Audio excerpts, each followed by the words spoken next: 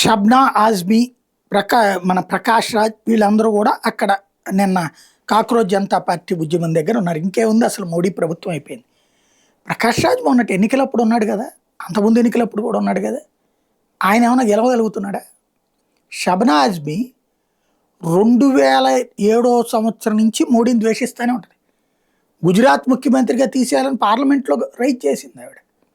అలాగే ఆవిడ from the beginning BJP వ్యతిరేకి, హిందుత్వ ద్వేషి.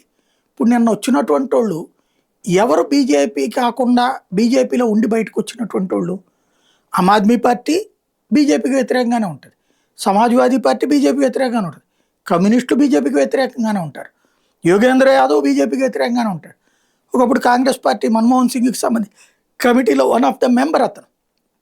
అలాగే ధ్రువ్ రాయిటీ అయినా బీజేపీ వ్యతిరేకంగానే ఉంటుంది.